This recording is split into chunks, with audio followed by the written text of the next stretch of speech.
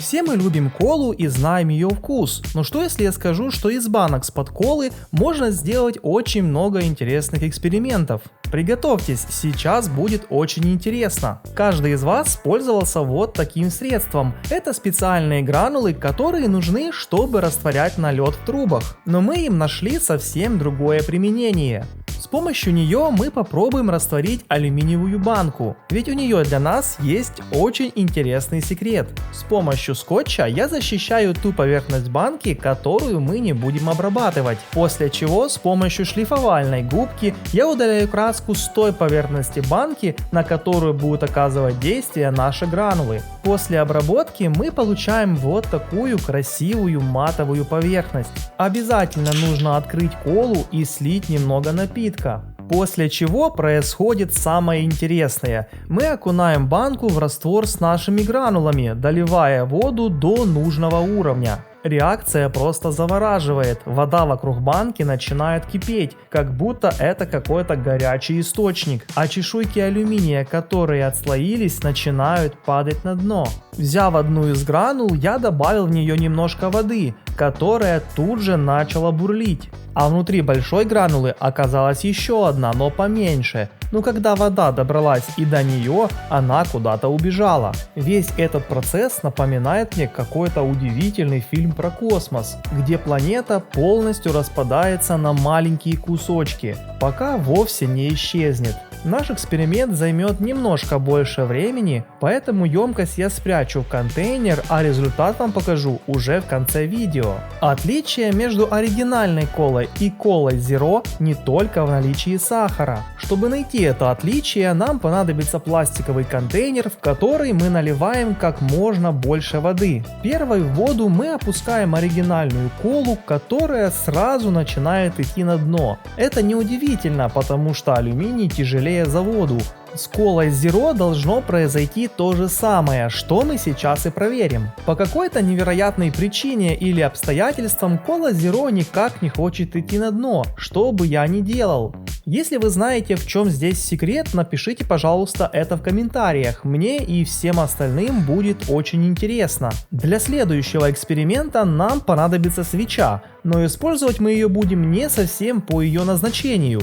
С помощью нее на дне банки нам нужно получить черную сажу. Только будьте очень аккуратны, ведь банка очень быстро нагревается. Вот такую матовую поверхность мы получаем. Даже моей камере очень сложно сфокусироваться на такой черноте. Несколько капель воды привносит магию в этот процесс. Вода не растекается, при этом сохраняя форму капли. Что бы я ни делал, вода катается по дну банки, бьется о бортики, но никак не теряет свою форму. Если капнуть воду на неподготовленную банку, то, конечно, ничего не произойдет. Туристическая плита – это очень полезная вещь, не только на природе, но также и дома. Для этого эксперимента нам нужно подготовить плиту, а также подготовить холодную воду, налив ее в неглубокую емкость. Банка у нас пустая, поэтому в нее мы доливаем немного воды и ставим на плиту. Когда вода закипела, мы резко переворачиваем банку и ставим ее в миску с водой. Реакция просто невероятная, банка моментально схлопывается с очень громким звуком. Второй вариант этого эксперимента мне понравился больше.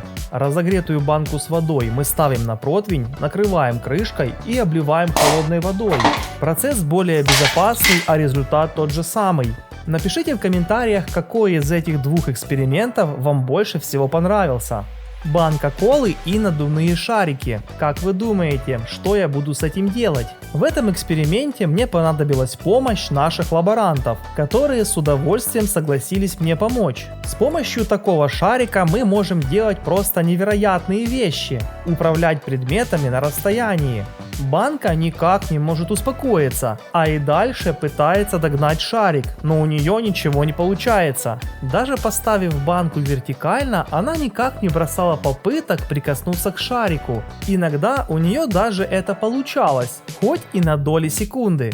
Возвращаясь к нашему первому эксперименту, я обратил внимание на одну странность. Внизу банки появились какие-то загадочные кольца, которые как будто в синхронном танце танцевали внизу банки. Я не знаю, почему это происходит, но выглядит это очень жутко. К сожалению, из-за меня первая попытка не удалась, но я не опускаю руки, и мы сделаем еще одну попытку. Чтобы эксперимент обязательно получился, я немножко его изменил и запустил по новой. И вот наконец-то результат.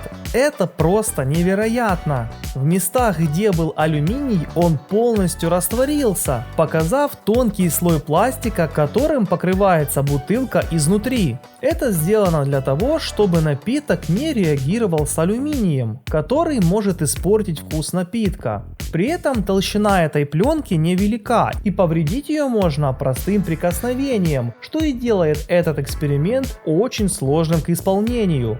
Если вам понравилось видео, не забывайте про лайки и комментарии, ведь это то, что продвигает мой канал все выше и выше. Спасибо за просмотр и до встречи в следующем видео.